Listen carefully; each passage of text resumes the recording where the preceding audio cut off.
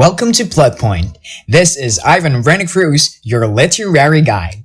This is the podcast that explores essential literature from across centuries and continents. Each episode, we break down a single work, covering the plot, the essential story, then diving into the point, the critical analysis, context, and enduring meaning.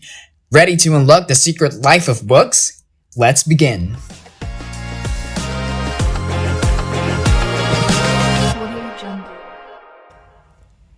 Today on Plot Point, we travel to Great Britain for the monumental novel Harry Potter and the Sorcerer's Stone by J.K. Rowling. First, let's establish the plot, the essential narrative, characters, and events that define Harry Potter. Harry Potter, an orphaned boy living unhappily with his neglectful aunt and uncle, discovers on his 11th birthday that he is a famous wizard and is invited to attend Hogwarts School of Witchcraft and Wizardry. At Hogwarts, he makes two best friends, Ron Weasley and Hermione Granger, and begins to learn magic while also becoming a star on the Quidditch team. The trio soon uncover a mystery surrounding a hidden object, the Sorcerer's Stone, which grants immortality. They bravely follow clues and face dangerous magical traps, culminating in a confrontation with a seemingly harmless Professor Quirrell, who is secretly hosting the Dark Wizard Lord Voldemort in an attempt to steal the stone, but Harry successfully defends it, saving the school.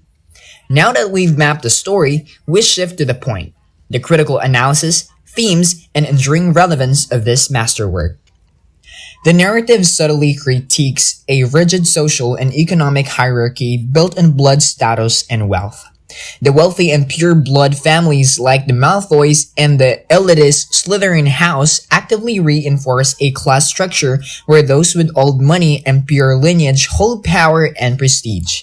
Harry himself, a sudden inheritor of money and fame, upon entering the magical world, highlights how inherited capital immediately grants him privileged status despite his upbringing. Meanwhile, the Weasleys are visibly defined by their lack of wealth, being looked down upon for their hand-me-down robes and outdated equipment, exposing the material reality of poverty even in a world of magic. The story thus shows that the magical community, far from being egalitarian, is deeply stratified by a focus on lineage and material resources, a fantasy reflection of real-world class struggle.